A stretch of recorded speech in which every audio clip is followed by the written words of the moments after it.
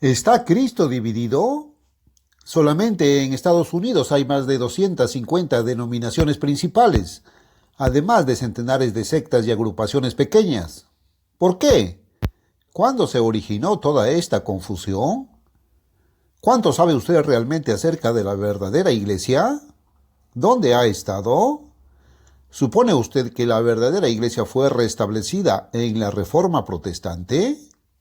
No fue así. Quedará sorprendido al conocer la verdadera historia de la Iglesia de Dios. Esta historia verídica auténticamente documentada es pasmosa. Aquí pues están los hechos comprobados. Esta sorprendente verdad está vinculada con el real significado de las 7 iglesias mencionadas en Apocalipsis. Es difícil creerlo, pero es verdad. Los sucesos verídicos de la historia, tanto secular como bíblica, son asombrosos. Ha llegado el tiempo de que miremos lo que hay tras el telón. Es tiempo de que usted sepa cómo, cuándo y dónde comenzó toda esta Babilonia religiosa. La verdad le dejará atónito. Cualquier persona juiciosa, cualquier denominación, sabe que, una vez en la historia, hubo una gran apostasía o negación de la fe, abandono de la verdad original. Puede ser que los protestantes y los católicos se disputen la fecha de tal acontecimiento, pero saben qué sucedió. Es tiempo de que usted sepa cómo reconocer la iglesia verdadera que Cristo fundó. Jesucristo no fundó muchas denominaciones. Él dijo, edificaré mi iglesia, y en efecto la edificó. Una iglesia a la que dio la comisión de predicar y publicar su evangelio. El mismo mensaje que él trajo procedente de Dios a todo el mundo. Pero, ¿qué vemos hoy en día? Centenares de sectas diferentes y en desacuerdo, todas fundadas por hombres. Cada cual profesa enseñar la verdad y no obstante está en contradicción y desacuerdo con todas las demás. En suma, una moderna Babilonia religiosa. Pero, ¿qué es una secta? De acuerdo con el diccionario, es un grupo que se ha desprendido de la iglesia establecida. ¿Quién estableció la iglesia? Cristo. Hoy en día multitudes de sectas o denominaciones se han desprendido de esta iglesia madre establecida. Dichas sectas enseñan doctrinas diferentes y observan prácticas diferentes. Las sectas religiosas de los días de Jesús eran las de los fariseos, los saduceos, los esenios, los samaritanos. Estos se habían separado de la verdadera iglesia madre del Antiguo Testamento que Dios estableció por medio de Moisés. Pero Jesús no se unió a ninguna de dichas sectas. Por lo contrario, llamó a sus discípulos para sacarlos de ellas. La palabra griega eclesia, que traducida al castellano es iglesia, tiene el significado de los llamados a salir. La sorpresa número 1 para la mayor parte de la gente hoy en día es esta. Mientras que la mayoría supone que la verdadera iglesia había de crecer y engrandecerse rápidamente hasta llegar a ser una poderosa organización que hiciera de este un mejor mundo, que llegara a ser la influencia estabilizadora de la civilización mundial, la verdad es que Cristo no fundó su iglesia con tal propósito. La instrucción de Cristo a su iglesia a través del Nuevo Testamento fue que no participara de la política ni en los asuntos de este mundo en un esfuerzo por mejorarlo. En lugar de eso, el mandamiento a su iglesia es: salid de en medio de ellos y apartaos. 2 Corintios 6:17. En su última oración a favor de su única iglesia, Jesús dijo: yo ruego por ellos, no ruego por el mundo. Padre Santo, a los que me has dado, guárdalos en tu nombre, para que sean uno, así como nosotros. Yo les he dado tu palabra, y el mundo los aborreció, porque no son del mundo, como tampoco yo soy del mundo. No ruego que los quites del mundo, sino que los guardes del mal. No son del mundo, como tampoco yo soy del mundo. Juan 17, 9 al 16. Jesús ordenó a su cuerpo, el cuerpo colectivo a través del cual el Espíritu de Dios hace la obra de Dios, que fuese a todo el mundo y predicara y publicara su evangelio. Pero los integrantes de su iglesia se describen como extranjeros y extraños en este mundo, como embajadores de Cristo, representando el reino de Dios que es ajeno o extraño al mundo, pero sin ser jamás del mundo. Notemos ahora lo que fue profetizado que acontecería a la iglesia. La iglesia de Dios habría de ser perseguida, esparcida. Si a mí me han perseguido, también a vosotros perseguirán, dijo Jesús a sus discípulos. Juan 15:20. Todos los que quieran vivir piadosamente en Cristo Jesús padecerán persecución. Segunda de Timoteo 3:12.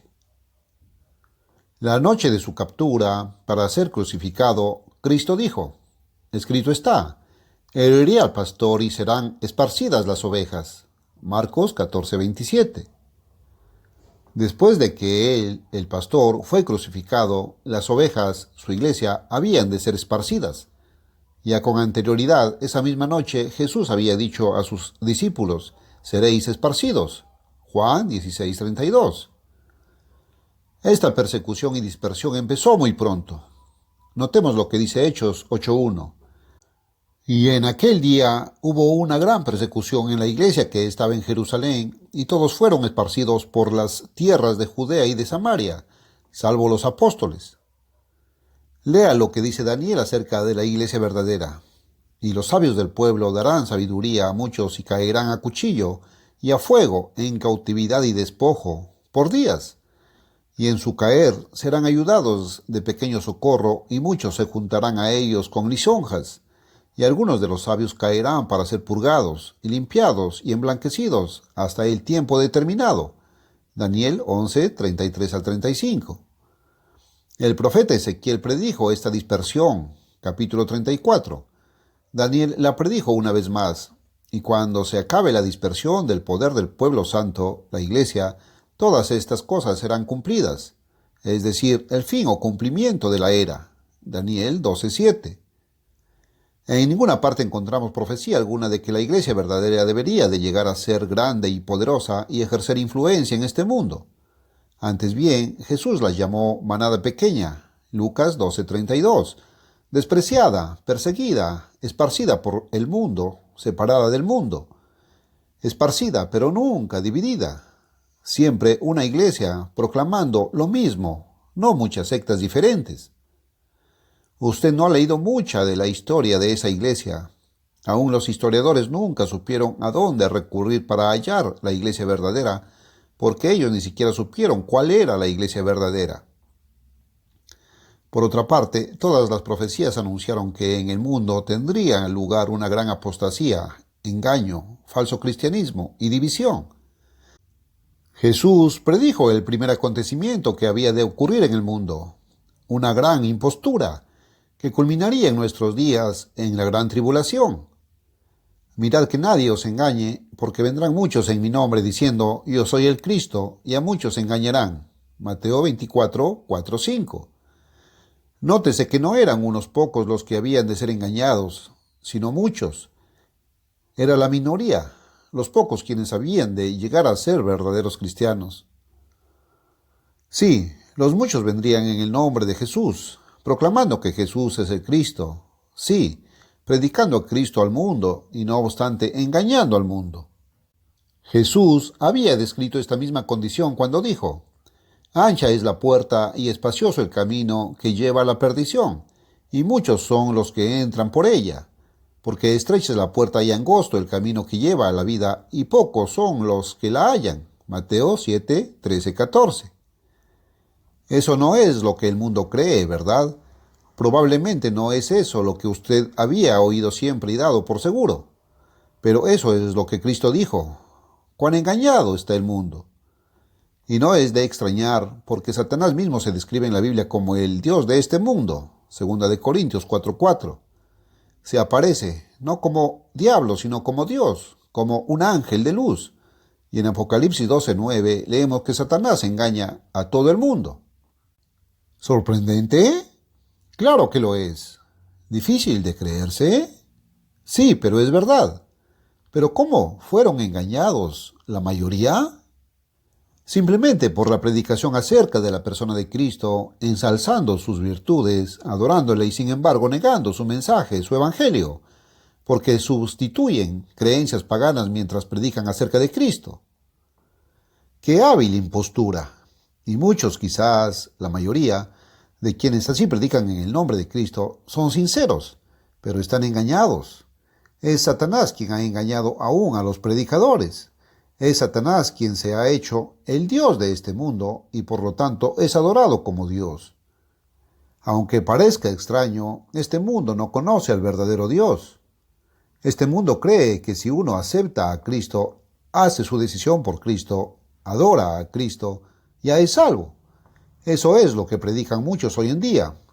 ¿Pero qué predicó Jesús? ¿Dijo él que era posible adorarle y aún quedar sin salvación? Veamos. Y en vano me honran, enseñando como doctrinas mandamientos de hombres, invalidando la palabra de Dios con vuestra tradición. Marcos 7, 7 y 13.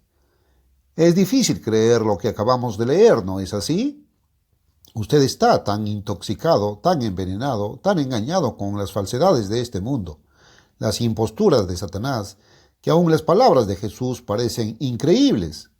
Que Dios le ayude a creer a Cristo. Una cosa es creer en Cristo, es decir, en su persona, y otra cosa del todo diferente es creer a Cristo, creer lo que Él dice.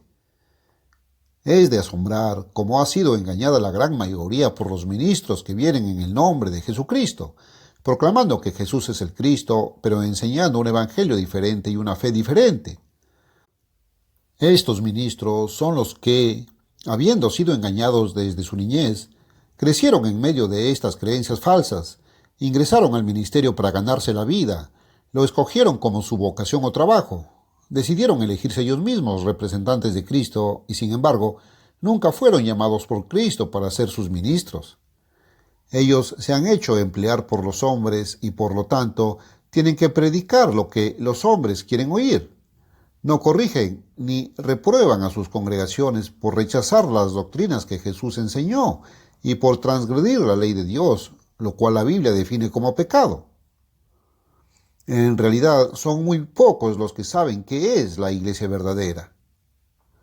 La iglesia verdadera es el cuerpo colectivo de individuos llamados a salir de los caminos de este mundo, individuos que se han rendido totalmente al gobierno de Dios y quienes, por medio del Espíritu Santo, han venido a ser los hijos engendrados de Dios. Romanos 8:9. Jesús compró esta iglesia con su propia sangre, la cual derramó por ella. Hechos 20:28.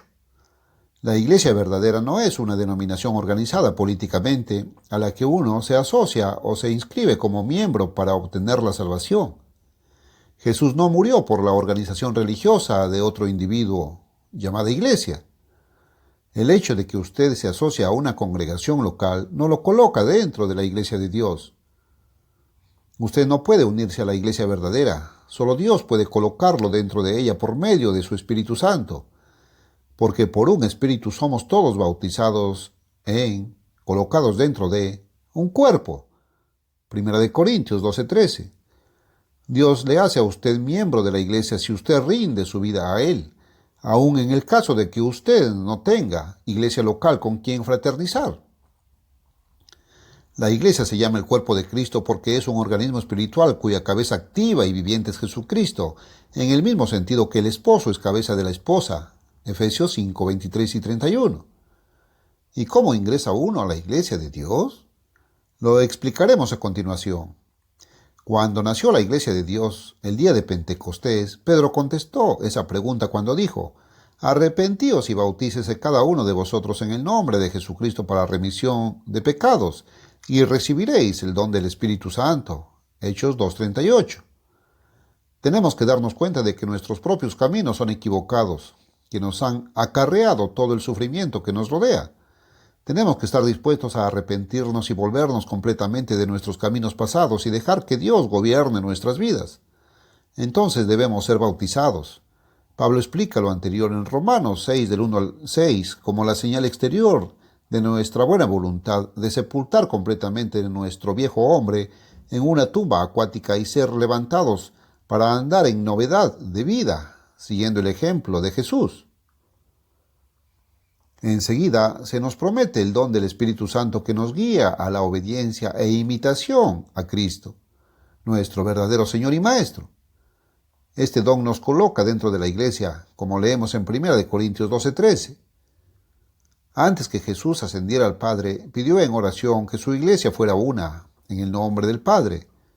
Padre Santo, a los que me has dado, guárdalos por tu nombre, para que sean una cosa como también nosotros.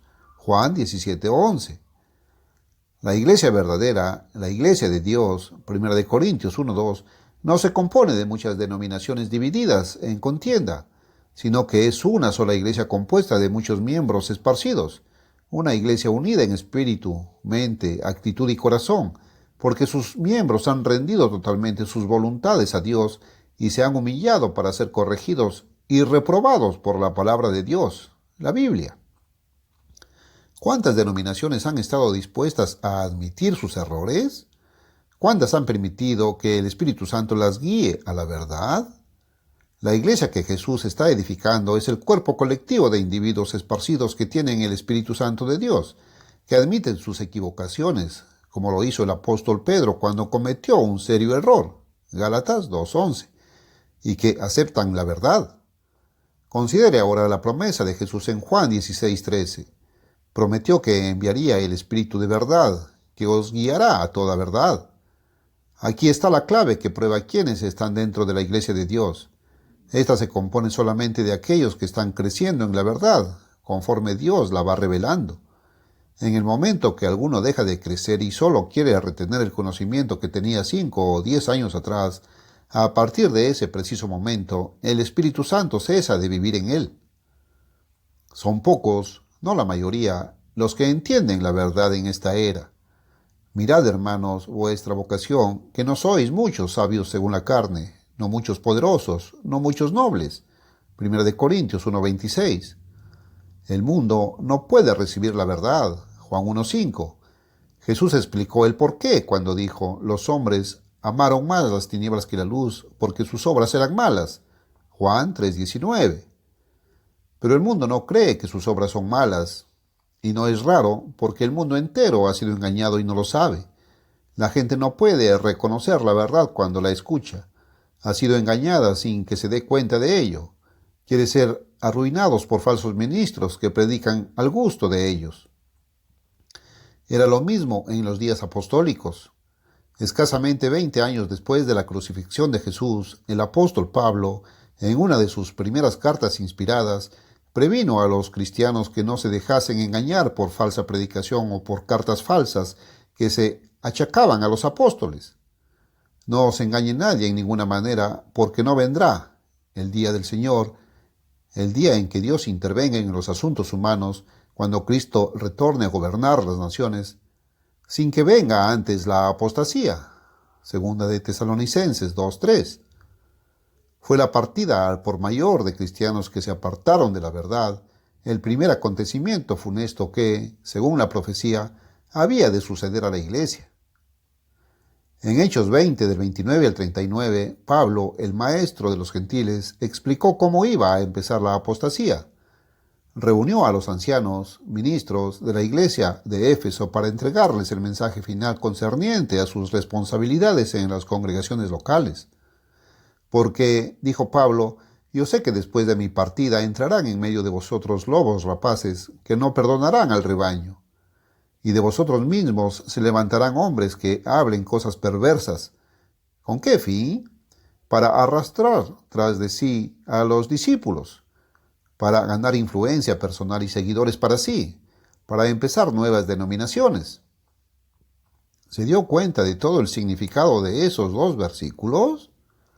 Los ancianos o ministros fueron congregados en asamblea especial porque inmediatamente después de que Pablo saliera de Éfeso, no cuando la revuelta protestante tuviera lugar, sino inmediatamente, vendrían falsos ministros a las congregaciones locales disfrazados de inofensivos corderos para hacer rapiña de cristianos. Y aún de entre aquellos ancianos que se hallaban ya en las congregaciones de la iglesia, se levantarían algunos que pervertirían la doctrina de Jesús para asegurarse el que los cristianos les siguieran. Pablo instruyó al evangelista Timoteo en los siguientes términos: redarguye, reprende, exhorta con toda paciencia y doctrina, porque vendrá tiempo cuando no sufrirán la sana doctrina, sino que teniendo comezón de oír, las congregaciones desearían oír y hacer lo que les placiera, Se amontonarán maestros conforme a sus propias concupiscencias y apartarán de la verdad el oído, se volverán a las fábulas. Segunda de Timoteo 4:3-4. No solamente Pablo, sino también Pedro advirtió a las iglesias que muchos serían descarriados. Falsos maestros que surgirían de entre los cristianos traerían herejías y muchos seguirían sus disoluciones, por causa de los cuales el camino de la verdad será blasfemado. Segunda de Pedro 2:2. Judas, el apóstol y hermano de Jesús, tuvo que incluir en su epístola la severa amonestación de que todo cristiano contendiese ardientemente por la fe que ha sido una vez dada a los santos, porque algunos hombres han entrado encubiertamente, los que desde antes habían sido destinados para esta condenación, hombres impíos, que convierten en libertinaje la gracia de nuestro Dios y niegan a Dios el único soberano y a nuestro Señor Jesucristo. Estos son los que causan divisiones, los sensuales, que no tienen el espíritu. Judas 3:4-9. Estos falsos maestros se introdujeron encubiertamente, profesando que venían en el nombre de Jesucristo, y sin embargo negaron que Jesús es el Cristo, al rechazar la única señal que prueba que Él es el Mesías. Mateo 12:39-40. Sustituyéndola con la tradición de Viernes Santo y Domingo de Resurrección. Convirtieron la gracia o perdón inmerecido de Dios en licencia para desobedecer los mandamientos. Judas dice que estos predicadores separaron primero a los seguidores del cuerpo de Cristo, formaron sus propias iglesias y las llamaron las iglesias de Cristo, pero dejaron de ser cristianos verdaderos. Juan vio el desarrollo de la misma apostasía. Muchos falsos profetas o predicadores han salido por el mundo, advirtió Juan. Profesaban ser los ministros de Cristo, venían en el nombre de Cristo, pero eran anticristos. El apóstol continúa. Ellos son del mundo, por eso hablan del mundo, y el mundo los oye. Nosotros somos de Dios. El que conoce a Dios nos oye, el que no es de Dios, el que no le obedece, no nos oye. Primera de Juan 4:1 y 5 y 6. ¿Se da cuenta del significado de estos versículos? El mundo oyó y creyó la predicación de los falsos ministros. La minoría escuchó y creyó a los apóstoles de Cristo.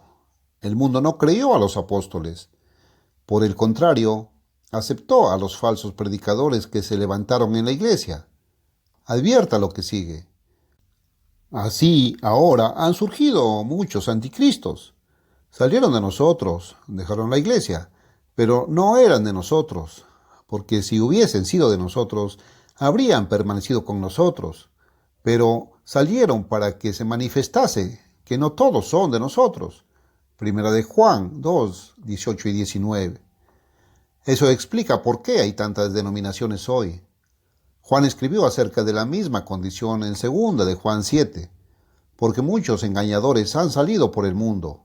Cualquiera que se extravía, no persevera en la doctrina de Cristo, no tiene a Dios. Los falsos maestros que abandonaron la iglesia verdadera profesaban conocer a Dios, pretendían obedecer a Dios, pero le negaban con los hechos, siendo abominables y rebeldes, desobedientes, reprobados en cuanto a toda buena obra. Tito 1:16. Profesaban a Cristo y al Padre, pero rechazaban la autoridad de Dios y su ley. Eran desobedientes. Reconocían que Jesús era el Cristo, venían en su nombre, profesando ser los ministros de Cristo, pero rechazaron su mensaje. Siempre que estos falsos ministros pudieron influenciar a la gente en una iglesia local, empezaron a expulsar a los verdaderos cristianos. En la carta del apóstol Juan a Gayo leemos: Yo he escrito a la iglesia, pero Diótrefes, al cual le gusta tener el primer lugar entre ellos, no nos recibe. Por esta causa, si no fuere, recordaré las obras que hace, parloteando con palabras malignas contra nosotros, y no contento con estas cosas, no recibe a los hermanos, y a los que quieren recibirlos se lo prohíbe, y los expulsa de la iglesia. Tercera de Juan 9 y 10.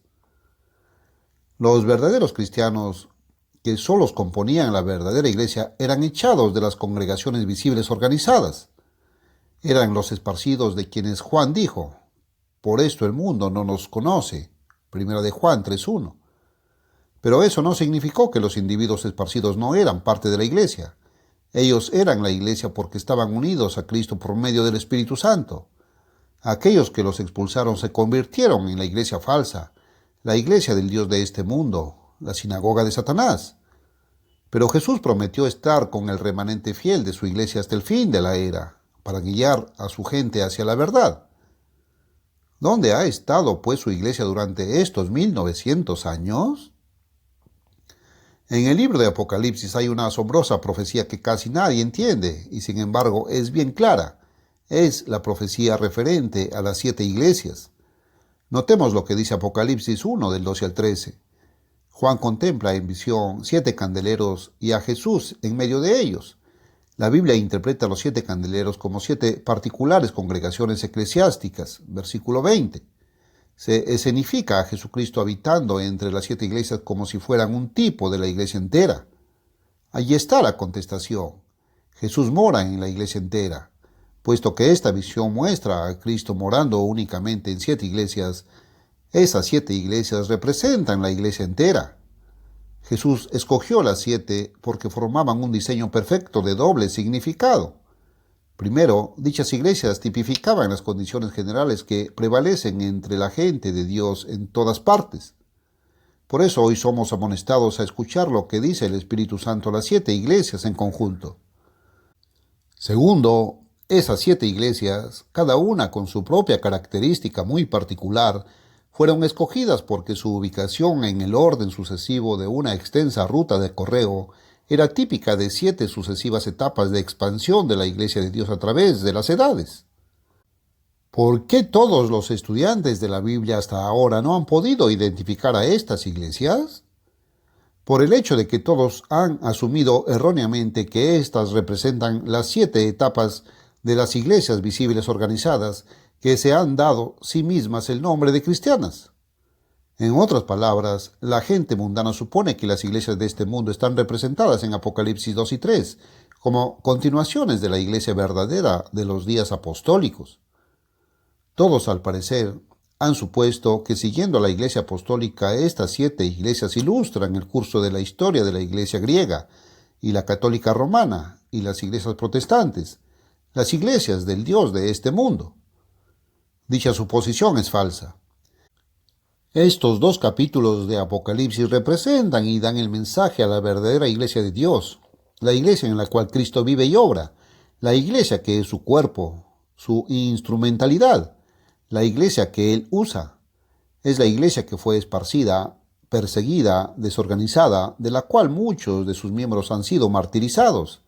Esta iglesia se compone de miembros que, aunque engendrados y guiados por el Espíritu Santo, son humanos todavía y por lo tanto imperfectos. En el mensaje a cada una de estas 7 iglesias, Jesús tiene una palabra de corrección. En cada caso, Él señala las cosas que ellos tienen que vencer, pero son los que tienen su espíritu y son guiados por Él, aquellos que se colocan bajo el gobierno de Dios, en lugar de seguir tradiciones humanas o propios deseos o el camino que al hombre le parece recto, y quienes conocen lo esencial de el verdadero evangelio, aunque a veces pierden vitales porciones del mismo. Veamos lo que dice el versículo 1 del capítulo 2. El que tiene las 7 estrellas, los ángeles de la iglesia verdadera, en su diestra, el cual anda en medio de los 7 candeleros de oro, estas 7 iglesias. Jesucristo está dentro de estas iglesias. Son sus iglesias, no las iglesias de Satanás, que falsamente se disfrazan de cristianas. Y recuerde que la iglesia verdadera de Dios no ha sido organizada políticamente, ni es poderosa ni está reconocida por el mundo, sino perseguida, rara vez notada por el mundo y aún entonces considerada como hereje. Ahora entendamos quiénes son estas iglesias, una por una. La iglesia en Éfeso representó a la iglesia apostólica, una iglesia que con paciencia laboró en el Evangelio, que se encontró con muchos falsos apóstoles, pero que permaneció casi firme en la verdad. Apocalipsis 2, del 1 al 7, y que continuó, aunque esparcida, hasta los días del emperador Constantino. Jesús dedicó su ministerio a preparar el fundamento de dicha iglesia. Jesús llamó discípulos y les enseñó el Evangelio, poniéndoles ejemplo por medio de su propio ministerio. Los autorizó con la más grande comisión que jamás se haya dado a seres humanos: predicar el Evangelio del Reino en todo el mundo. Mateo 24:14, Marcos 16:15. Antes de ascender al trono de Dios, Jesús ordenó a los apóstoles y discípulos que permanecieran en Jerusalén hasta que fuesen llenos del Espíritu Santo, que los convirtió en los hijos engendrados de Dios, los puso dentro de su iglesia, 1 Corintios 12:13, y los dotó del poder de Dios para llevar a cabo su obra. Jesús fundó su iglesia cuando envió el Espíritu Santo prometido el día de Pentecostés, acaecido el lunes 18 de junio del año 31 después de Jesucristo, fecha absolutamente establecida por las computaciones exactas e inspiradas matemáticas y astronómicas del calendario sagrado de Dios. Esta fue una iglesia inspirada, una iglesia en la que Jesús, por medio del Espíritu Santo, vivía su vida, a través de la cual Jesús empezó a predicar y a publicar su evangelio al mundo entero. Hubo 2 ciclos de 19 años en la historia de la Iglesia Apostólica durante los cuales el evangelio fue llevado al viejo mundo. Fueron exactamente 19 años, contando desde el año 31 después de Jesucristo, cuando se fundó la iglesia, hasta el tiempo en que Pablo recibió la visión de ir a Europa. En Hechos 16:9 leemos que Pablo tuvo una visión en la cual un hombre de Macedonia, Grecia, le gritaba: «¡Ayúdanos!». Pablo describe este evento en 2 Corintios 2:12-13, donde escribió que me fue abierta puerta en el Señor, con lo cual quiso decir que un camino le había sido abierto para predicar el evangelio en Europa. Pablo fue a Europa en la última primavera del año 50 después de Jesucristo, cerca del día de Pentecostés. Después de predicar por algunos meses, llegó a Corinto en el otoño de ese año, Hechos 18:1, donde se quedó por 1 año y 6 meses, versículo 11. Era ya el principio del año 52 después de Jesucristo. Surgió entonces una insurrección contra Pablo cuando Galión era diputado o procónsul de Acaya, versículo 12. Una inscripción descubierta recientemente en Grecia dice que Galión tuvo el puesto mencionado durante el año 52 después de Jesucristo, lo cual prueba que el evangelio fue a Europa en el año 50 después de Jesucristo, exactamente 19 años después de que la iglesia fue fundada. Otros 19 años pasaron desde el año 50 después de Jesucristo hasta la huida de la iglesia madre en Jerusalén, que ocurrió en el año 69 después de Jesucristo. He aquí lo que aconteció en el año 69 después de Jesucristo en la fiesta de Pentecostés, exactamente 2 ciclos de 19 años después de que vino el Espíritu Santo el día de Pentecostés. Pues consigna Josefo, el historiador judío, el día de la fiesta que llaman de Pentecostés, habiendo los sacerdotes entrado de noche en la parte del templo más cerrada, al principio sintieron cierto movimiento y cierto ruido, y estando atentos a lo que sería, oyeron una súbita voz que decía: «Vámonos de aquí». Tomado de Guerra de los Judíos, libro 7, capítulo 12, sección 1. El pueblo de Dios se alejó de allí. Los cristianos que había en Jerusalén huyeron a Pella, más allá del río Jordán. De allí en adelante, el poder unido de la Iglesia de Dios para difundir el Evangelio del Reino cesó. Los cristianos que habitaban en toda Judea fueron esparcidos a causa de las guerras entre los judíos. La iglesia madre en Jerusalén, a la que todas las iglesias podían ver como un modelo de verdad, fue trasladada entonces a Pella. La iglesia de Dios que había estado en Jerusalén era la iglesia matriz a la cual todas acudían por la verdad. Otras iglesias locales se confundían a menudo y surgían controversias y disputas en ciertos puntos. Era a la iglesia de Jerusalén, trasladada ahora a Pella, pero que tenía la autoridad de Dios, a la que todos acudían. Veámoslo en el pasaje siguiente. Leemos en Hechos 15, 1 y 2 de una contienda que surgió en las iglesias locales de Antioquía, Siria y Cilicia. Pablo y Bernabé, ambos con gran autoridad en la iglesia, estaban con ellos. Sin embargo, ¿a quién acudieron los hermanos para solucionar la disputa? A la iglesia matriz, Jerusalén, donde estarían reunidos los apóstoles y ancianos. En Jerusalén se había de considerar y decidir la cuestión. ¿Por qué? Porque los hermanos sabían que Jesús había dado autoridad especial a sus ministros que estaban en la iglesia madre, en Jerusalén. príncipes del reino de Dios y la autoridad para guiar a la iglesia mediante la inspiración del Espíritu Santo.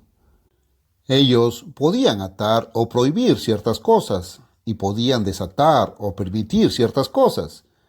En Mateo 18:18, Jesús da a sus ministros la autoridad de hacer decisiones obligatorias basadas en la revelación de Dios y bajo la inspiración del Espíritu Santo, a fin de preservar la unidad de la iglesia en amor y verdad.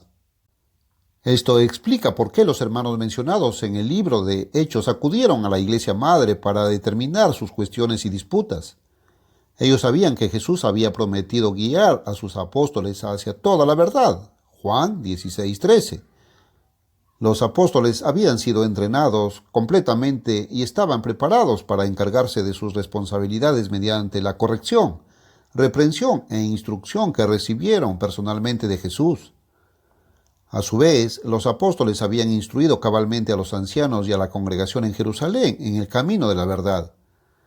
La iglesia en Jerusalén se mantuvo pura durante las constantes admoniciones y correcciones de los apóstoles y ancianos, para que pudiera ser el ejemplo a todas las demás iglesias. Los cristianos, al igual que todos los seres humanos, tienen que aprender por medio del ejemplo. En los tiempos del Nuevo Testamento, los integrantes de las iglesias en las naciones gentiles llegaron a ser imitadores de las iglesias de Dios en Cristo Jesús que están en Judea. Primera de Tesalonicenses 2:14. Y las iglesias en Judea habían a su vez de imitar a la iglesia madre, que se hallaba en Jerusalén. La congregación de Jerusalén, que más tarde se trasladó a Pella, reconociendo esta responsabilidad, actuó en su capacidad. Los apóstoles y los ancianos hacían las decisiones y eran obligatorias en todas las demás iglesias. Hechos 15:22. Enviaron cartas a diversas congregaciones explicándoles que ha parecido bien al Espíritu Santo y a nosotros. Hechos 15:28. Y otra vez, en una situación previa, cuando se supo que ciertos individuos habían predicado en Antioquía, y llegó la noticia de estas cosas a oídos de la iglesia que estaba en Jerusalén, y enviaron a Bernabé que fuese hasta Antioquía. Hechos 11:2. Nótese cómo la iglesia de Jerusalén actuó en su capacidad, vigilando, corrigiendo y aún interviniendo en los asuntos de sus hijas, las iglesias en todas partes. Ninguna otra iglesia podía reclamar este derecho que Dios había concedido solamente a la iglesia de Jerusalén. Esta era la matriz desde donde los apóstoles llevaban a cabo su obra de evangelizar al mundo. Era a la iglesia en Jerusalén a la que los apóstoles y Pablo retornaban con frecuencia después de completar sus viajes. Jerusalén continuó siendo la iglesia madre durante todo el periodo apostólico. Cuando se trasladó a Pella, siguió siendo la iglesia madre para la era efesina de la iglesia. Roma jamás fue la iglesia madre o principal. Las iglesias de Dios que Pablo levantó en Asia Menor estuvieron más tarde bajo la supervisión general del apóstol Pedro. Posteriormente Pedro escribió a las iglesias en Asia y Galacia, Primera de Pedro 1:1. Aún escritores católicos han reconocido por siglos que el apóstol Pedro custodiaba a los gentiles convertidos desde la antigua ciudad de Antioquía, que se hallaba cerca de Jerusalén y era el centro más importante de vida eclesiástica. Hechos 14, del 26 al 28. Considere lo que sucedió en Roma. La iglesia local de Dios en Roma, que fue edificada por las enseñanzas de Pablo y no de Pedro, fue severamente perseguida por Nerón en el año 64 después de Jesucristo. Dicho emperador romano acusó a los cristianos de haber quemado la ciudad. Quizás algunos 3 años después del incendio de Roma, Pablo fue capturado cerca de Troas, segunda de Timoteo 4:13, y llevado para juicio a Roma, donde fue martirizado. Los acontecimientos se desarrollaban ahora rápidamente. Mientras que la iglesia en el este se mantenía unida mediante Pella y Antioquía, la iglesia en Roma, con la mayoría de sus miembros principales martirizados, vino a ser presa de los falsos maestros. Tan pronto como Pedro fue martirizado, probablemente cerca del año 80 después de Jesucristo, los acontecimientos llegaron al clímax. Véase la iglesia en el Imperio Romano hacia el año 170 después de Jesucristo por Ramsay. Ya no había Santiago o Pedro o Pablo, solo Juan estaba de encargado. La apostasía se desarrollaba con gran rapidez, especialmente en la parte occidental. Muchos individuos que escuchaban a los falsos maestros empezaron a buscar nuevos líderes y nuevas iglesias centrales. No buscaron a Cristo, cabeza de la iglesia. ¿A quién se volvieron? Ya para este momento de la historia se había revivido y propagado difusamente la vieja tradición pagana de que Pedro había estado en Roma. Los paganos nunca habían oído hablar del apóstol Pedro, pero todo mundo en Roma había oído que en el Vaticano se hallaba la urna de un Pedro y que dicho Pedro tradicionalmente había venido de Babilonia. ¿Quién era ese Pedro? Dejemos que el pasmoso registro histórico nos responda. Cuando los misterios babilónicos de Mesopotamia fueron dispersados por Alejandro el Grande e introducidos en Occidente, gravitaron hasta Pérgamo y luego a Roma. Esta llevaba ya largo tiempo de ser un centro religioso y la parte más importante de Roma era la colina del Vaticano. El santuario del Vaticano parece haber sido un muy bien conocido centro de adoración del culto a Cíbeles, la Madre de Dios. No menos de 9 inscripciones que se refieren al mismo culto se conocen desde hace tiempo desde la inmediata vecindad de San Pedro. Tomado de la urna de San Pedro y las excavaciones del Vaticano por J. Toynbee y J. W. Perkins, página 6. En los días de los apóstoles, un cementerio pagano estaba situado en la colina vaticana, donde se encuentra la matriz de la Iglesia Católica Romana hoy en día. La palabra latina batis significa profeta o adivino. Allí hubo en otros tiempos un oráculo de los etruscos, escribe Werner Keller en su libro Y la Biblia tenía razón, página 391. Nótese que este oráculo satánico era un adivino, uno que hacía vaticinios predicando a la gente lo que esta gente quería oír, y estaba asociado con un cementerio. El principal objeto de reverencia en este cementerio, muchas centurias antes de los días de Cristo, era la urna o tumba de un Pedro. Pero, ¿por qué habían de honrar a Pedro los paganos mucho antes de que se oyera siquiera mencionar el apóstol Pedro? La respuesta asombrosamente señala hacia Babilonia y Nimrod. De acuerdo con antiguas tradiciones, Nimrod era el que abre los secretos, el primogénito de los seres humanos deificados. Él era el héroe religioso o la estrella de aquellos días, así como muchos tienen hoy sus ídolos cinematográficos. En consecuencia, a Nimrod se le llamaba el abridor, y en la lengua babilónica, un dialecto del hebreo, la palabra por abridor era Pedro. Vea la concordancia por John. Pero, ¿cómo vino a asociarse Nimrod, Pedro, con Roma? Porque fue a Roma a donde huyó Nimrod para escaparse de sus perseguidores. Roma se hallaba antiguamente Saturnia, consignó Plinio en su obra titulada Historia Natural, libro 3. ¿Pero qué significa Saturnia? Significa la habitación de Saturno. Y los habitantes de la antigua Italia llamaban Saturno a Nimrod, significando el oculto, porque éste permanecía oculto en Roma por temor a sus perseguidores. Antigüedades cronológicas por Jackson, página 233. Finalmente fue descubierto el escondite de Nimrod en Roma y allí fue ejecutado. Sus adoradores lamentaron su muerte. Más tarde se erigió una urna sobre la colina del Vaticano para conmemorar este suceso. No es, pues, de extrañar que donde quiera que se propagaron los misterios babilónicos, se dijo que Pedro, otro nombre que se aplicaba a Nimrod, había sido asesinado en Roma. Anacleto, un anciano u obispo de la iglesia apóstata en Roma, dedicó la antigua urna del Pedro pagano o Nimrod al apóstol Pedro cerca del año 80 después de Jesucristo, de acuerdo con un registro que se halla en el Liber Pontificalis, idem, página 125. Era entonces una fácil tarea para Anacleto convencer a la voluble y ociosa población romana, interesada ahora en los misterios, de que la urna que se hallaba en Roma era el sitio donde el apóstol Pedro había sido sepultado, porque no había estado en Babilonia el apóstol Pedro. Y para cimentar su autoridad dijo que él mismo había sido ordenado por Pedro. Anacleto dijo ser el único sucesor de Pedro, insistió en que Roma debía ser la nueva central de todas las iglesias.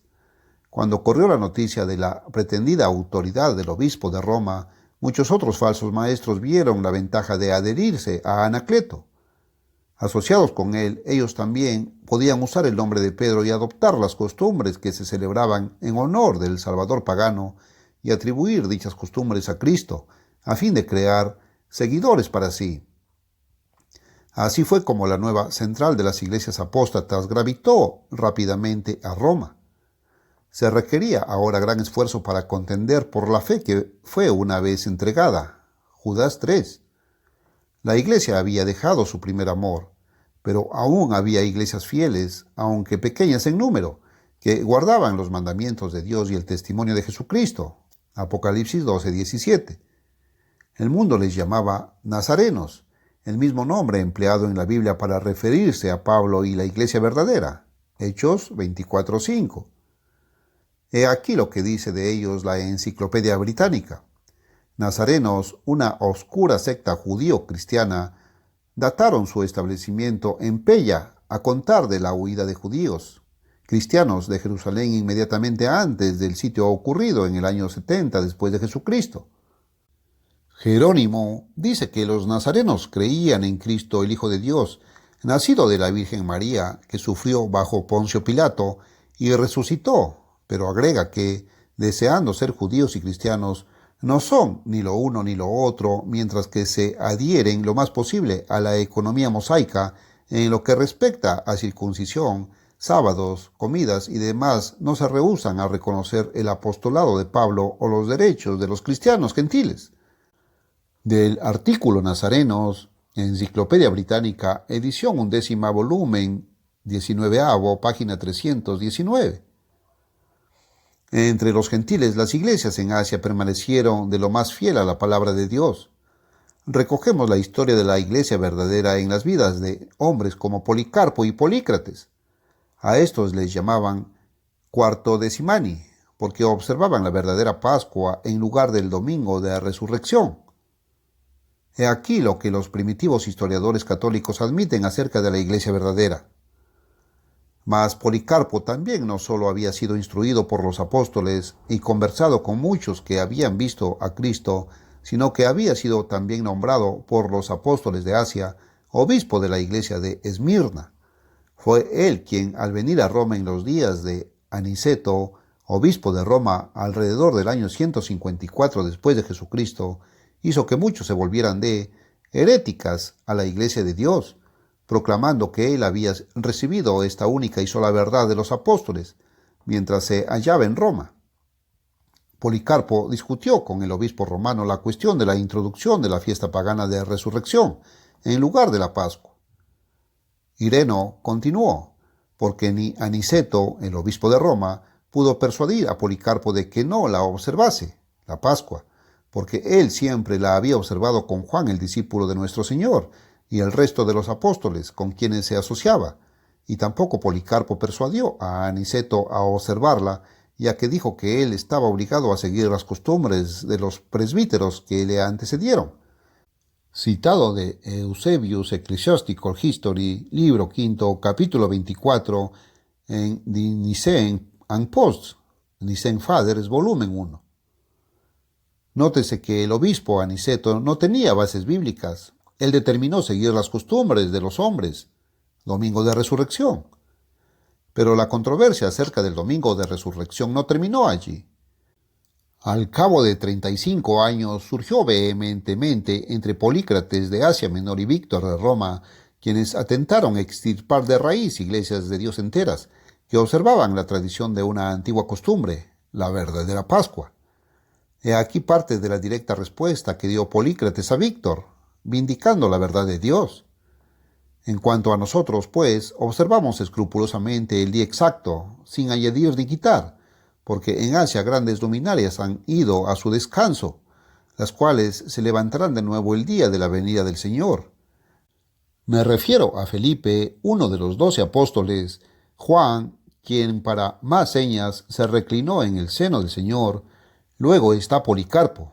Todos estos observaron la Pascua el día 14 del mes, de acuerdo con el Evangelio, sin desviarse jamás de él, sino guardándolo a la regla de fe. Esta notable carta está preservada en el volumen 8 de Ante Nicene Fathers, páginas 773-774. Polícrates había venido de la región en que Pablo pasó la mayor parte de su tiempo, en Asia Menor, cerca de Éfeso. Allí fue también donde Juan pasó sus últimos días. Aquí tenemos cristianos que aún permanecían leales a la fe. He aquí la prueba de que tanto los apóstoles de la circuncisión y Pablo, el apóstol especial de los gentiles, enseñaron a la iglesia verdadera a observar la Pascua el día 14 del primer mes del calendario sagrado de Dios. Crisóstomo, quien escribió varios siglos después de los apóstoles, admitió que anteriormente la Pascua, prevalecía también en Antioquía, desde donde Pablo empezó muchos de sus viajes apostólicos. Pero la iglesia en general nunca se arrepintió de haber dejado su primer amor por la verdad de Dios. Jesús estaba ahora a punto de cumplir su amonestación. Vendré pronto a ti y quitaré tu candelero de su lugar. Apocalipsis 2:5. Así terminó la primera etapa de la iglesia, tipificada por la iglesia de Éfeso. Luego, conforme fue profetizado, se levantó la iglesia de Esmirna. Sus miembros parecían ser muy pobres en lo material y, sin embargo, espiritualmente era rica y tenía vida, aunque sufría a causa de la persecución. Tal es la descripción de la iglesia de Dios durante los 3 siglos siguientes bajo la cruel persecución del antiguo imperio romano. Pero además de la iglesia de Dios, dominaba también durante ese periodo una sinagoga de Satanás. Ahora leamos Apocalipsis 2:9. Yo sé tus obras y tu tribulación y tu pobreza, pero tú eres rico, y la blasfemia de los que se dicen ser judíos y no lo son, mas son sinagoga de Satanás. Observe que esta es una sinagoga de Satanás. Sinagoga es simplemente la palabra hebrea que significa iglesia. Entonces Jesús no está hablando de una raza, sino de una iglesia que pertenece al diablo.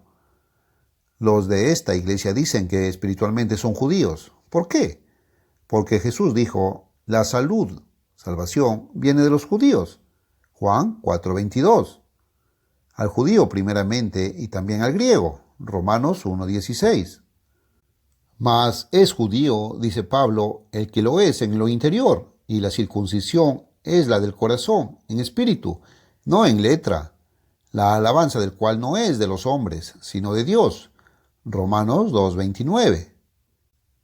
En Romanos 11, del 16 al 27, Pablo explica que Israel y los judíos, a quienes la salvación pertenecía, fueron quebrados por su incredulidad, y que los gentiles fueron injertados en su lugar.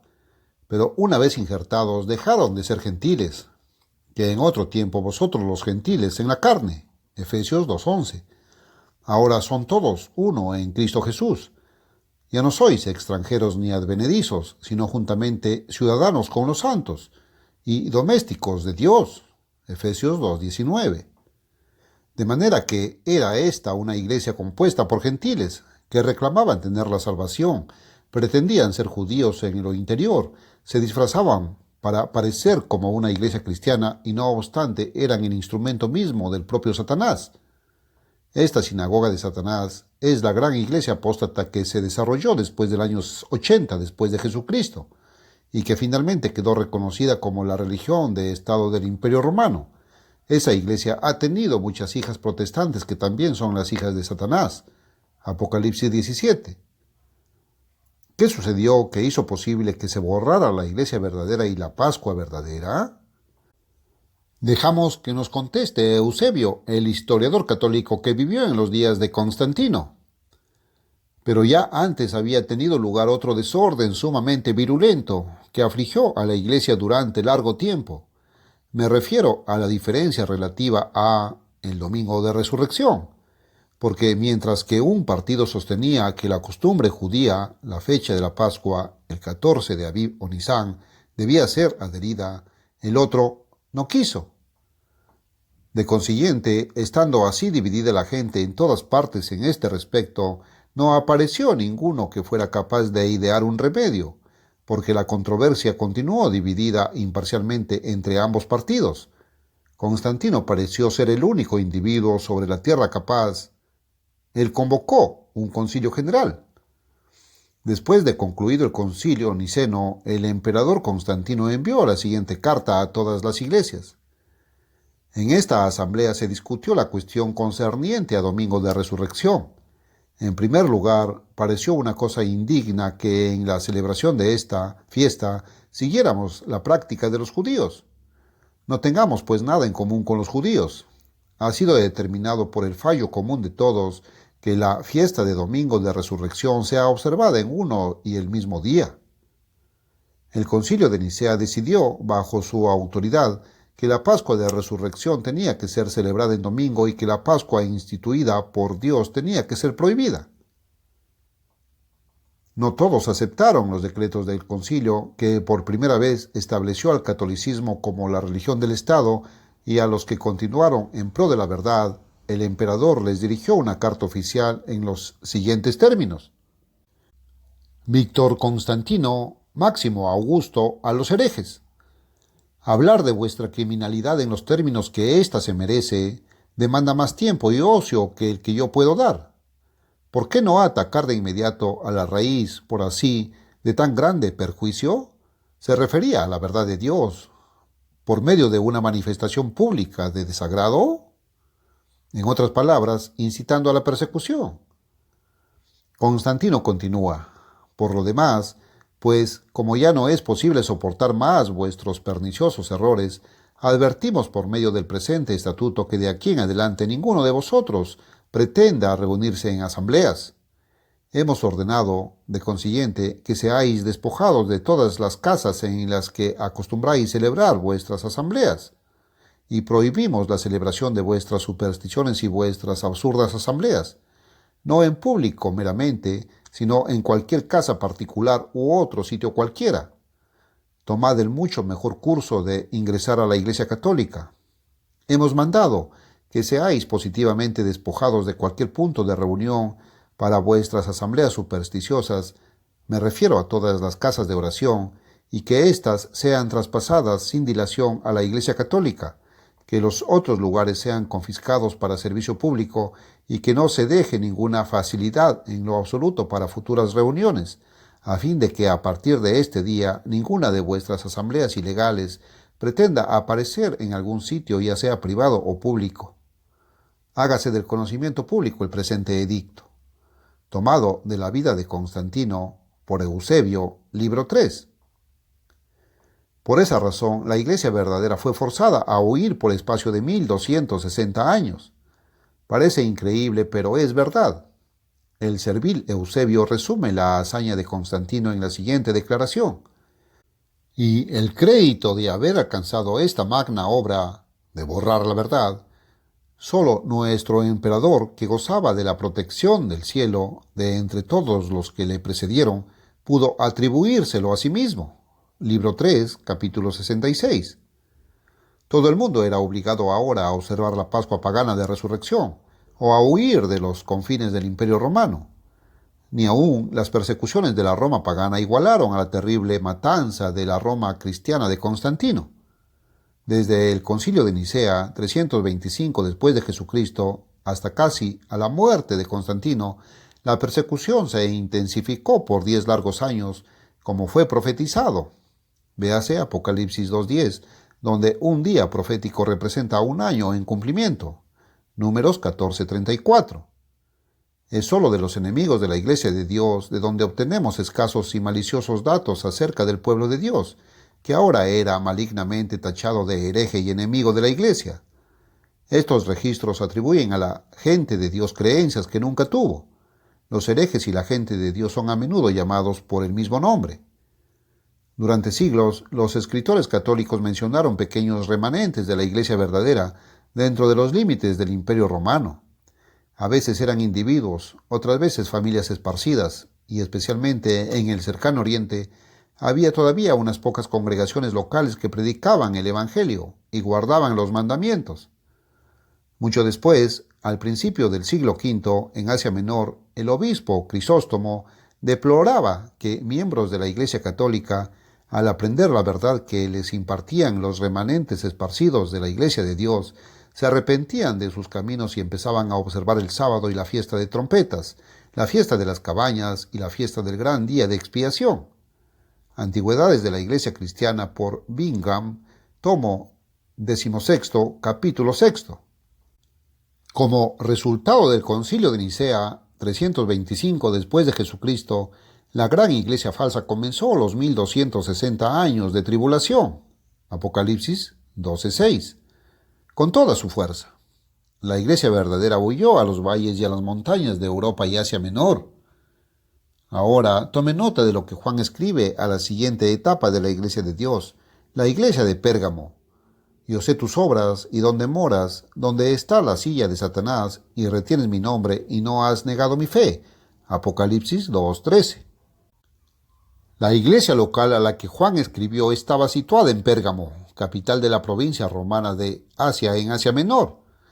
Pérgamo era el asiento desde donde Satanás dominaba dicha provincia por medio de gobernadores humanos mundanos.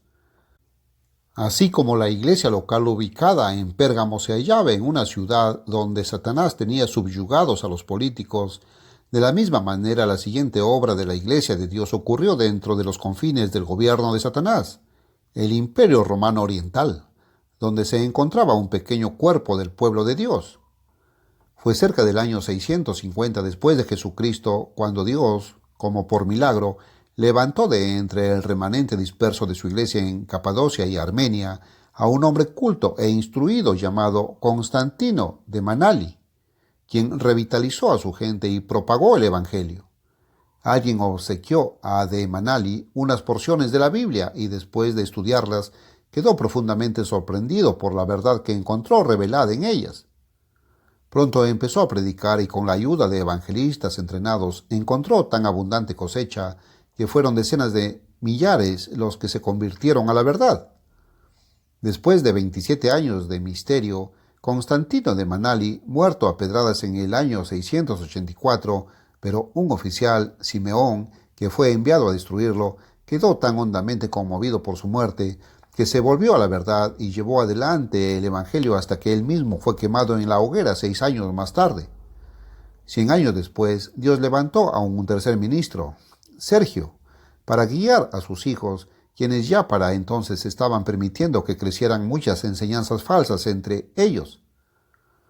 La gente de Dios era llamada por sus enemigos Atingani, que significa los que entienden profecía, y también les decían los paulicianos, seguidores del apóstol Pablo. Los rumores que circulaban acerca de las doctrinas de ellos eran difamatorios y falsos. Con frecuencia, los falsos hermanos que vivían entre la gente de Dios eran confundidos con la iglesia verdadera. No fue sino hasta casi a principios de este siglo cuando un libro titulado La llave de la verdad, que contenía muchas de sus enseñanzas y las enseñanzas de otros grupos, fue traducido al inglés por Fred C. Conivir. Este registro parcialmente preservado acerca de la gente de Dios comprueba que ellos predicaban el evangelio del reino, que creían que el fundamento de la iglesia está edificado no solamente sobre Jesucristo, sino también sobre el fundamento de los apóstoles y los profetas, Efesios 2:20, que bautizaban por inmersión, que imponían las manos para la recepción del Espíritu. Página 124. No solo seguían guardando la Pascua en el día 14 de Nisan, sino que también observaban el sábado y la fiesta de los panes sin levadura. Páginas 162 y 152 de la llave de la verdad. El diablo estaba airado con esta gente que entendía el evangelio y guardaba los mandamientos. Y sabiendo que no podía quitarles su fe por la fuerza, los sedujo introduciendo falsos maestros que les enseñaron la doctrina de Balaam. Apocalipsis 2:14. En Números 31:16, usted leerá que Balaam indujo a los israelitas a practicar idolatría y a cometer fornicación espiritual. Estos maestros inconversos gradualmente indujeron a muchos de la iglesia a celebrar ciertas festividades paganas idolátricas, particularmente la fiesta ortodoxa de la Epifania, el cumpleaños original de Nimrod, el niño Jesús pagano, supuestamente en honor del nacimiento y bautismo de Cristo. Satanás también fue el instigador para que muchos en la iglesia tomasen parte en la política del mundo con la esperanza de protegerse a sí mismos. La mezcla en la política de este mundo es llamada fornicación, en Apocalipsis 17:2. La iglesia de Dios debe de ser virgen y mantenerse pura y separada de este mundo, en espera de su matrimonio con Cristo. Segunda de Corintios 11:2. Como resultado de estos pecados, Jesús amonesta a su iglesia. Arrepiéntete, porque de otra manera vendré a ti presto y pelearé contra ellos con la espada de mi boca. Apocalipsis 2:16. La mayor parte de ellos no dieron importancia a la amonestación hasta que fue ya demasiado tarde. Confiando en sus alianzas políticas y mundanas con sus vecinos, los árabes, en lugar de confiar en la protección de Jesús, fueron traicionados y cruelmente asesinados, 100.000 de ellos. Los pocos fieles que escaparon se dirigieron al sureste de Europa, donde les llamaron bogomiles. Allí medraron por siglos y esparcieron sus doctrinas hacia Bohemia, Polonia, Alemania, Italia, Francia y aún hacia Inglaterra. Página 104. Enseguida surgió la profetizada iglesia de Tiatira. Por inspiración divina, Juan encomió a la iglesia de Tiatira porque sus obras postreras fueron más que las primeras. Pero en la iglesia local había una mujer que enseñaba doctrinas falsas, símbolo de una gran iglesia madre, e indujo a algunos a practicar idolatría. Jesús les advirtió que, de no arrepentirse, los echaría en muy grande tribulación y mataré a sus hijos con muerte. Apocalipsis 2, 18 al 29. Ahora notemos con qué exactitud encaja esta descripción con la siguiente gran expansión del pueblo de Dios. Como resultado de la evangelización llevada a cabo en las regiones de los Alpes por los paulicianos y los bogomiles de Bulgaria, nombres que aplicaban a la gente de Dios, se levantaron numerosos ministros y congregaciones de fieles cerca del año 1000 después de Jesucristo. Uno de estos hombres fue Pedro de Bruys, quien predicó el Evangelio del Reino en el sur de Francia. Historia de la Iglesia por Jones, capítulo 4, sección 3. Otros dos de los predicadores de ese tiempo fueron Arnold y Henry. La Iglesia Católica los acusó de permanecer fieles a toda la ley de Dios y de observar el sábado. Historia eclesiástica por Pedro Alix, páginas 168 y 169.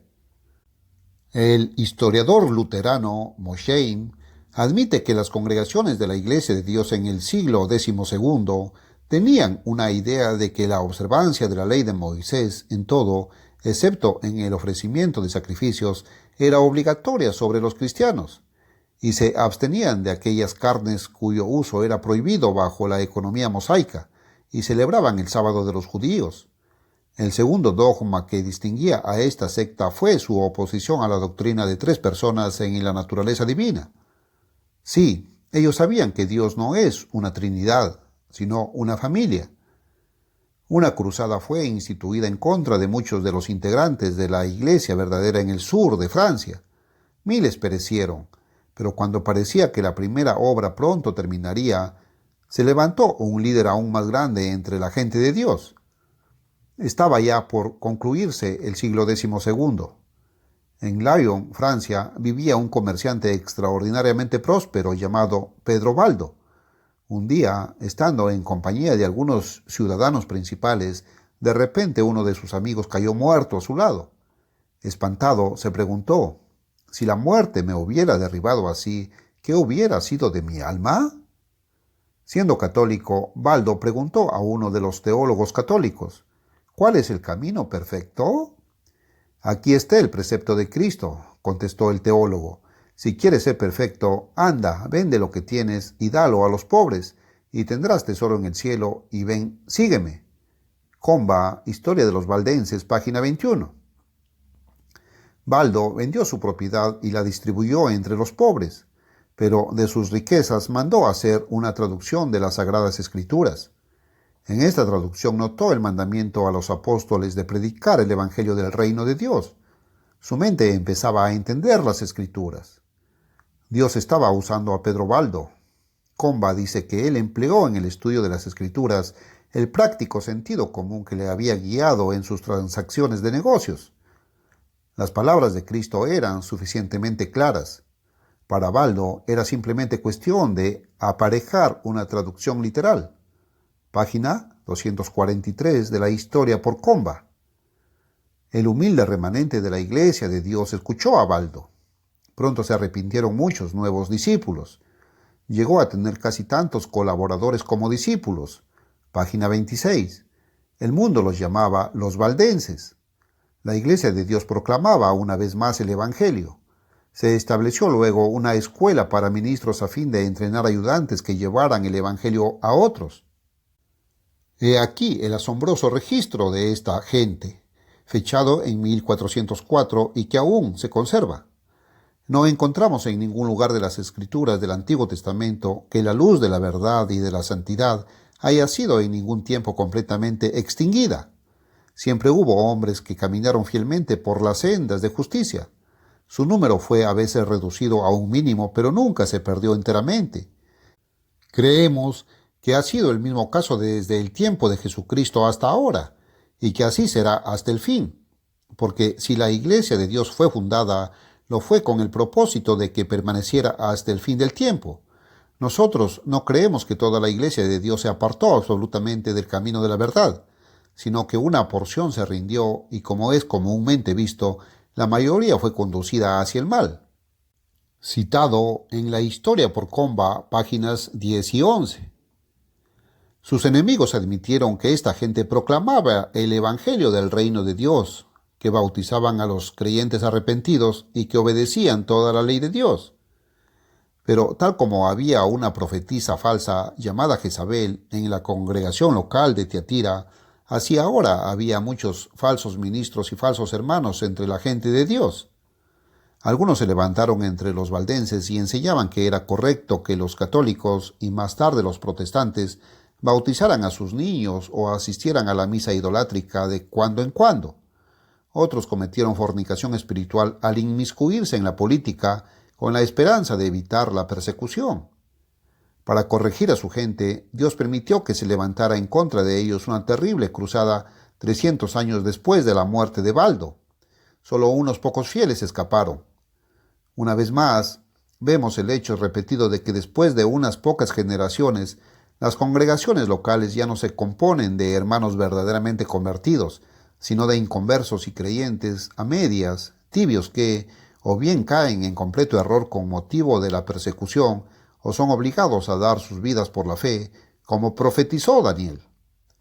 Pero en el año 1315 después de Jesucristo, mucho antes de que ocurriera la cruzada contra los valdenses, la verdad de Dios fue llevada a Inglaterra por un ministro valdense alemán llamado Walter Loyard. Esta arraigó profundamente por un tiempo hasta la Reforma Protestante. Veamos ahora lo que escribió Juan a la iglesia en Sardis. La iglesia en Sardis tenía un nombre cuyo significado era que vivía, y sin embargo estaba muerta. Apocalipsis 3:1. Solo una mínima fracción de su gente estaba realmente rendida a Dios y mantenía la fe una vez dada. Tal fue el estado general de la Iglesia de Dios por un lapso de más de 400 años después de la erupción de la Reforma. Por medio de la predicación de Loyard y otros, se arrepintieron centenares de individuos. Millares aprendieron por primera vez que bautismo significa inmersión, que los días festivos religiosos que el mundo llamaba santos se habían originado en el paganismo y que el domingo no era el sábado de Dios. Después de un periodo de persecución quedaron solo unos pocos fieles que conservaron la fe, guardaron el sábado y las fiestas anuales de Dios. Varios ministros, cuando a causa de sus creencias les amenazó la prisión de parte de los reformadores protestantes, abandonaron la fe, aunque algunos de sus seguidores permanecieron firmes. De Literatura del Sábado por Cox, volumen 1, página 162. Casi hasta el año 1650 hubo otra vez suficiente número de individuos que guardaban el sábado para establecer congregaciones locales. Ellos se autonombraban las iglesias de Dios, pero el mundo les llamaba sabatistas y bautistas sabáticos. De Inglaterra, la iglesia de Dios se extendió a América. En el año 1664, Stefano Manford fue enviado a Newport, Rhode Island, Estados Unidos de América, donde levantó una pequeña iglesia compuesta principalmente de bautistas convertidos. Poco a poco fueron estableciéndose nuevas iglesias mediante la continua ayuda de las iglesias de Inglaterra. Pero, como pasa siempre, después de varias generaciones, Los hijos dan por segura la verdad, sin investigarla ni comprobarla, y nunca someten realmente sus voluntades y sus vidas a Dios. En menos de 190 años casi desaparecieron las iglesias inglesas, cortaron su conexión con Dios al darle la espalda a su verdad y al adoptar el nombre de bautistas del séptimo día. En los Estados Unidos aumentaba gradualmente el número de iglesias, conforme se proclamaba el Evangelio de estado en estado. Pero estas congregaciones estaban tan moribundas que en el año 1802 muchas empezaron a organizarse a su arbitrio hasta formar una conferencia general, en lugar de someterse al gobierno de Dios para cumplir con su comisión de anunciar el Evangelio. Durante este serio trance, las más de las iglesias locales se unieron para formar la Conferencia General de Bautistas del Séptimo Día, y al hacer eso dejaron de ser la verdadera Iglesia de Dios. Pronto empezaron a enseñar la pagana doctrina de la Trinidad y la de la inmortalidad de las almas humanas. No obstante, varias congregaciones fieles no se hicieron miembros de la conferencia porque no se sometían a las nuevas doctrinas protestantes que se estaban introduciendo. Véase Denominaciones religiosas por Belcher, página 246. Por otro medio siglo, las congregaciones mantuvieron la poquita verdad que poseían, aunque las más de ellas no obedecieron a Dios en toda la línea. Perspicazmente describió Juan este periodo en los siguientes términos: sé vigilante y confirma las otras cosas que están para morir, porque no he hallado tus obras perfectas delante de Dios. En ese entonces, un individuo carente de inspiración divina llamado Guillermo Miller inició el movimiento adventista entre ciertas iglesias que observaban el domingo. En 1843, varios de los seguidores de Miller, residentes en Washington, New Hampshire, conocieron la verdad del sábado.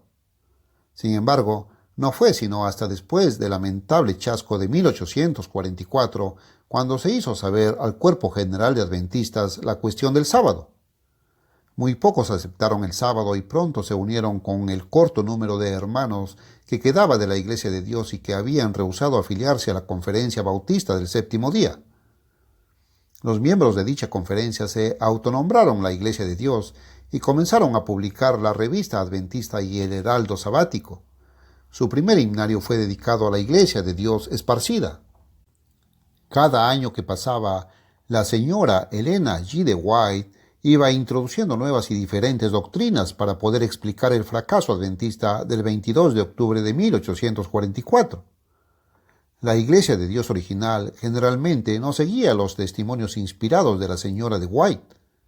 Finalmente, algunos de los miembros celebraron una reunión en Battle Creek, Michigan, Estados Unidos de América, desde el 28 de septiembre hasta el 1 de octubre de 1860. Esta conferencia también tomó en consideración el tema referente al nombre que debía llevar nuestra gente, escribió Lowborough. Esto de nuevo ocasionó diversidad de opiniones. Unos proponían un nombre y otros otro. Se propuso el nombre de Iglesia de Dios, pero fue rechazado, aduciéndose que éste no indicaba el carácter distintivo de nuestra fe, mientras que el nombre Adventistas del Séptimo Día no solo manifestaba nuestra fe en el próximo retorno de Cristo, sino que también demostraba que éramos observadores del séptimo día, el sábado. Estuvo tan unánime la asamblea en favor de este último nombre que cuando fue puesto a votación, solamente un hombre votó en contra. Este contendió hasta el final por el nombre Iglesia de Dios. Días más tarde, al finalizarse una de las reuniones, se llegó un extranjero y compró algunos libros que, según dijo, pertenecían a la Iglesia de Dios. ¿Eres tú uno de los winebrenarios?, le pregunté. No, contestó él, de la Iglesia de Dios. Luego le pregunté, ¿eres Duncardo? No, respondió. Dije, Iglesia de Dios. Sabíamos que éste no era adventista y, volviéndose al individuo que tan tenazmente había favorecido el nombre, dijo, hermano, ¿puede decirme cuál es la fe del hombre? No, dijo él, no puedo. Así fue como empezó el movimiento adventista. Veamos quiénes fueron los que dieron nombre a esta organización. Continuando el relato que del testimonio de la señora Elena G. de White hace Loughborough, leemos. En Testimonio para la Iglesia número 6 leemos. Ningún nombre que pudiéramos adoptar sería apropiado excepto el que va de acuerdo con nuestra profesión y expresa nuestra fe y nos marca como gente peculiar. El nombre Adventistas del Séptimo Día muestra las verdaderas características de nuestra fe y convencerá a la mente inquisitiva. Se me demostró que casi todo fanático que se ha levantado, que desea ocultar sus sentimientos de la posibilidad de descaminar a otros, reclama pertenecer a la Iglesia de Dios.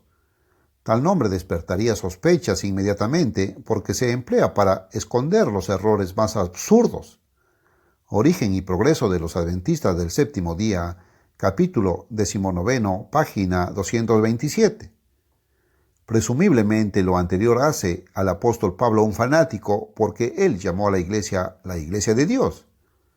En la primavera de 1861 se llevó a cabo otra conferencia en un esfuerzo antibíblico por reorganizar congregaciones locales. Se recomendó para esta nueva organización eclesiástica el siguiente pacto.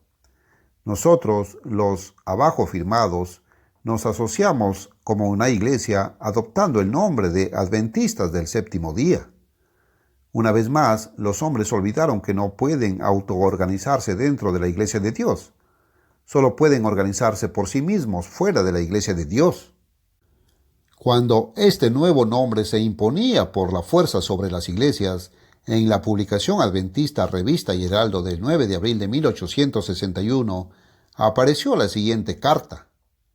Hermano Smith, hemos concluido por los aspectos actuales que el nombre Adventistas del Séptimo Día se está haciendo obligatorio sobre nuestros hermanos. Sin mayor luz, Ohio no puede someterse al nombre Adventistas del Séptimo Día, ya sea a manera de prueba o como un nombre apropiado para la gente de Dios. Habiendo designado una comisión de finanzas en la última conferencia y teniendo ahora a la mano los medios para llevar a cabo la causa de Ohio, nosotros no podríamos conscientemente gastar estos medios en ninguna otra cosa que no sea el progreso y la extensión de la verdad y la Iglesia de Dios, firmado por la Comisión de Finanzas de Ohio. De esta suerte, en un lapso de 60 años, ocurrieron dos desmembraciones mayores en la Iglesia de Dios. La Iglesia, la única Iglesia verdadera que quedó sobre la tierra, se estaba desmembrando como las ramas marchitas de un árbol. Los ministros no fortalecían lo que ya estaba para morir. Por otros 70 años, las condiciones permanecieron casi sin cambio alguno. Los hermanos que quedaron retuvieron el nombre de Iglesia de Dios y finalmente establecieron su central en Stanberry, Missouri, Estados Unidos de América. Entre las congregaciones locales, solo unos pocos se arrepintieron y revitalizaron la verdad que estaba a punto de perecer entre ellos. Pero la mayor parte de los ministros recurrieron a la organización de obra evangelística lamentablemente deficiente, llevada a cabo conforme al patrón de las conferencias del Estado, en lugar de someterse al gobierno y a la dirección de Dios para propagar el evangelio con poder. En efecto, en lugar del verdadero evangelio, los más de los ministros enseñaban el mensaje del tercer ángel, que habían aceptado de los adventistas, y además publicaban un pequeño periódico llamado El Defensor de la Biblia. Note la sorprendente descripción del siguiente evento en la historia de la gente de Dios. Juan escribe a la iglesia en Filadelfia: «Yo conozco tus obras. He aquí, he dado una puerta abierta delante de ti, la cual ninguno puede cerrar, porque tienes un poco de potencia y has guardado mi palabra y no has negado mi nombre». Apocalipsis 3:8. Aquí está una iglesia de poco poder, pocos en número, pero cuyos miembros han guardado la palabra de Dios, una iglesia que no ha negado la verdad. Aquí se describe una iglesia que está predicando el evangelio con poder porque Jesús promete poner delante de ella una puerta abierta hasta que la obra de la iglesia sea completada. Aquí está una iglesia que Jesús ama a pesar de su pequeñez. Aquí está una iglesia la cual dice: «Porque has guardado la palabra de mi paciencia», lo cual Jesús interpreta en Apocalipsis 14:12 como guardar los mandamientos de Dios y la fe. «Yo también te guardaré de la hora de la tentación, que ha de venir en todo el mundo, para probar a los que moran en la tierra». Apocalipsis 3:10. Este versículo describe una iglesia que está proclamando el Evangelio justamente poco antes del último gran periodo de tribulación que engolfará a todo el mundo. Esta es la iglesia de Dios hoy. Jesús escogió a Pablo, hombre de vasta cultura, para llevar el Evangelio a los gentiles.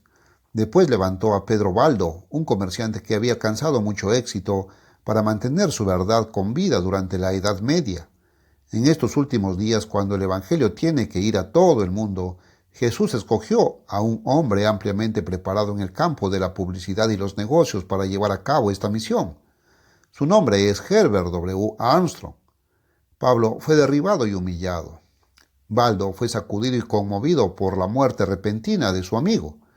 De la misma manera, Dios en 3 ocasiones redujo a la nada los negocios del señor Armstrong a fin de que pudiera llegar a comprender la verdad. Poco antes de este suceso, Dios había abierto la mente de la señora Armstrong para que entendiera la verdad sobre el sábado que una anciana de la Iglesia de Dios le explicó.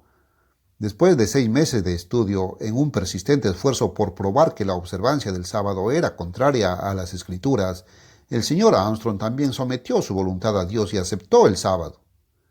A partir de ese momento, Dios abrió las mentes del señor y la señora Armstrong para que entendieran una verdad tras otra.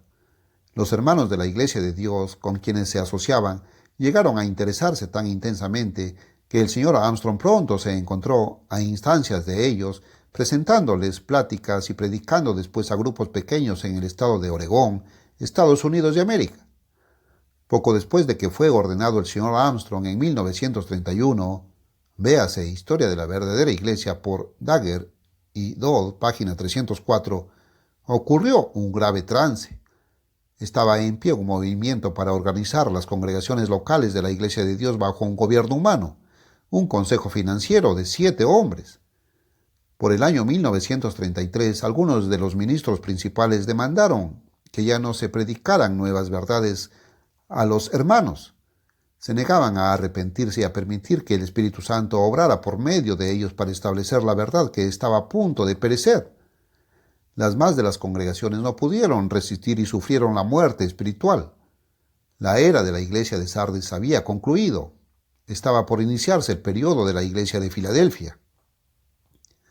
Había llegado el tiempo de que el Evangelio fuese alrededor del mundo. Habiendo experimentado y comprobado que el señor Armstrong permanecería fiel y sujeto a su gobierno, Dios abrió ante él y un pequeño grupo de hermanos fieles la maravillosa puerta del radio y la imprenta para sacar a la luz el Evangelio.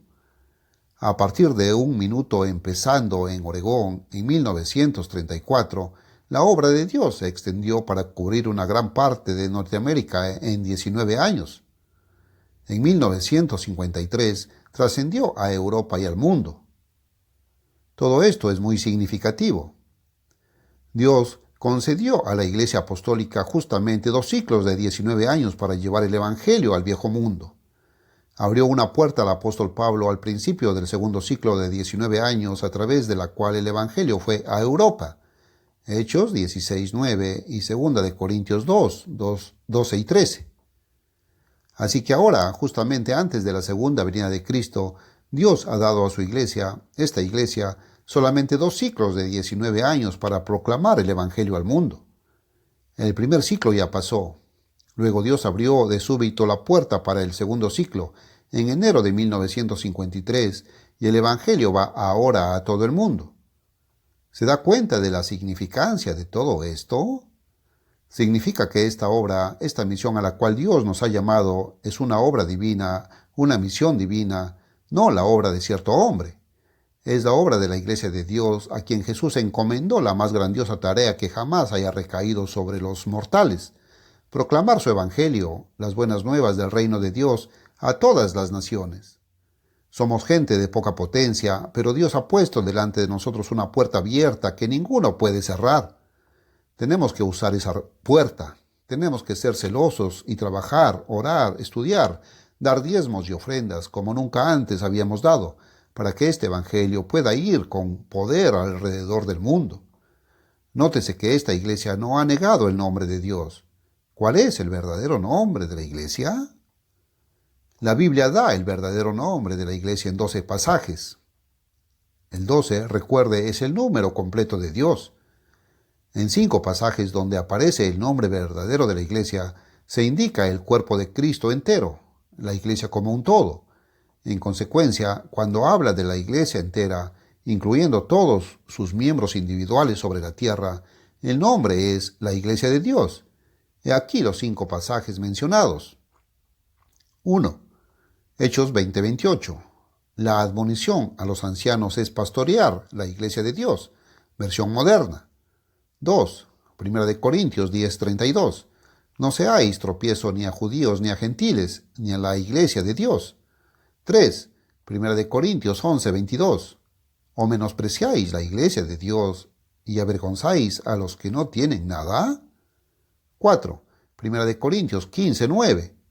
Pablo escribió, porque perseguía la iglesia de Dios. 5. Gálatas 1:13. Este versículo repite el anterior. Perseguía a la iglesia de Dios. Nótese que Pablo no llamó a la iglesia verdadera católica o protestante. En ninguna parte se le llama según el nombre de un hombre o según el nombre de alguna doctrina. Donde se menciona una congregación local específicamente, la iglesia verdadera es llamada la iglesia de Dios y frecuentemente en conexión con el lugar o la ubicación. He aquí 4 pasajes más. 6. Primera de Corintios 1:2. La iglesia de Dios que está en Corinto. 7. Segunda de Corintios 1:1. La iglesia de Dios que está en Corinto. 8. Primera de Timoteo 3:5. Refiriéndose al anciano de una congregación local, Pablo escribió a Timoteo, pues el que no sabe gobernar su propia casa, ¿cómo cuidará de la iglesia de Dios? 9. Primera de Timoteo 3:15. Para que sepas cómo debes conducirte en la casa de Dios, que es la iglesia del Dios viviente. He aquí la iglesia del Dios viviente.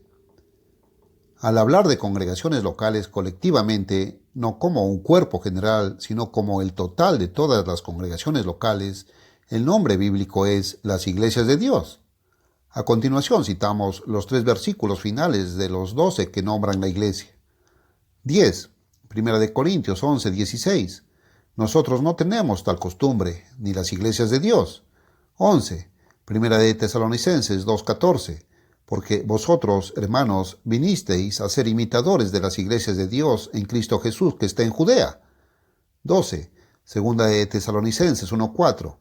Tanto que nosotros mismos nos gloriamos de vosotros en las iglesias de Dios. Los versículos anteriores comprueban el nombre de la iglesia verdadera. Las denominaciones que no llevan este nombre no podrían ser la iglesia de Dios. Y de todas las iglesias que llevan el nombre, solamente una puede ser la verdadera iglesia de Dios, la que obedece todos los mandamientos de Dios y mantiene la fe entregada una vez para siempre, la que crece en verdad. Todas las demás son impostores, aunque quizás tengan el conocimiento acerca del verdadero nombre de la iglesia de Dios. Puesto que Cristo es la cabeza de la iglesia, Pablo también llamó a las diversas congregaciones las iglesias de Cristo, Romanos 16:16. Pero el nombre efectivo es la iglesia de Dios. Esta es guardada en el nombre del Padre, Juan 17:11. Fue profetizado que la iglesia que Cristo fundó había de ser una iglesia esparcida, pequeña en número, despreciada por el mundo, que su gente a menudo carecería de las relaciones fraternales con otros hermanos. Mientras que en Hebreos 10, del 23 al 25 se nos instruye, mantengamos firme, sin fluctuar, la profesión de nuestra esperanza, porque fiel es el que prometió.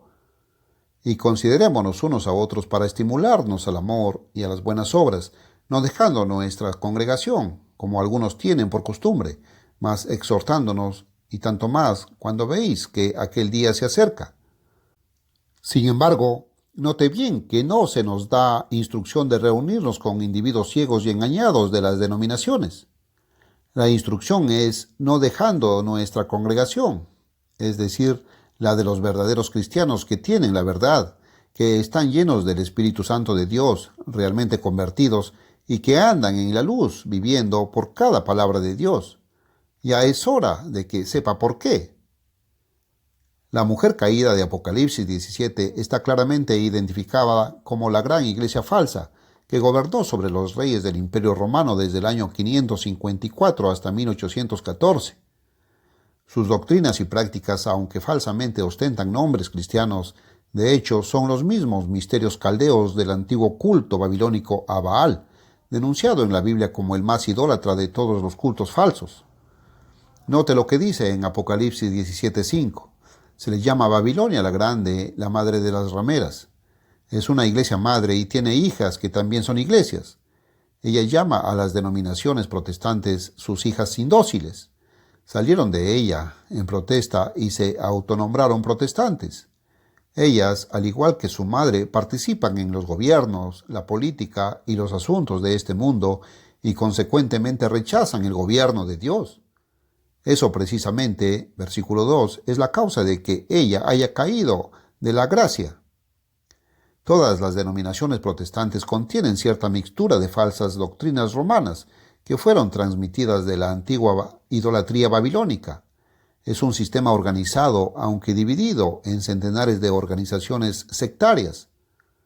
¿Deben los verdaderos cristianos unirse y por ende llegar a ser parte de este sistema apóstata? Note que los moradores de la tierra se han embriagado con el vino de su fornicación. Versículo 2. Están espiritualmente borrachos con sus falsas doctrinas, al grado que no pueden ver con claridad la verdad de la Biblia.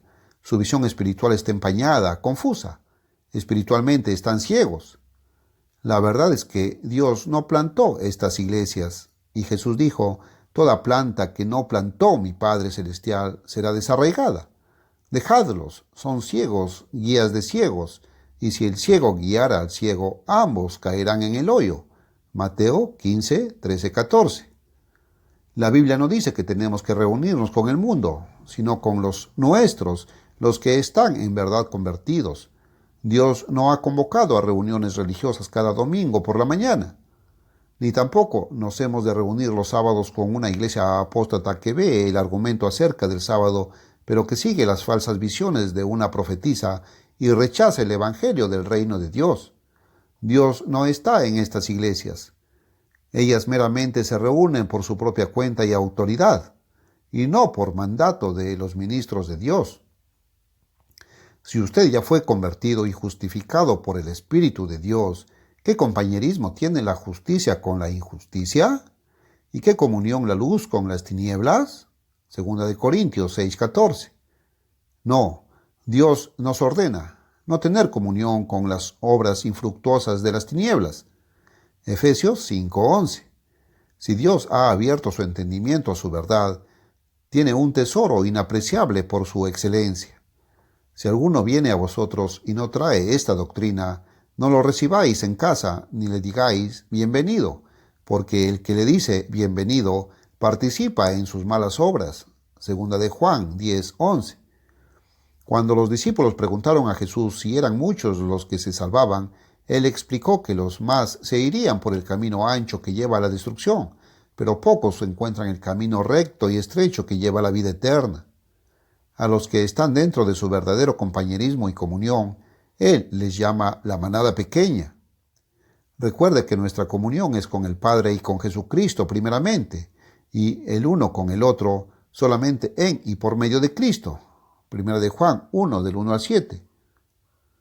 Usted puede tener comunión y compañerismo con Él donde quiera que se encuentre.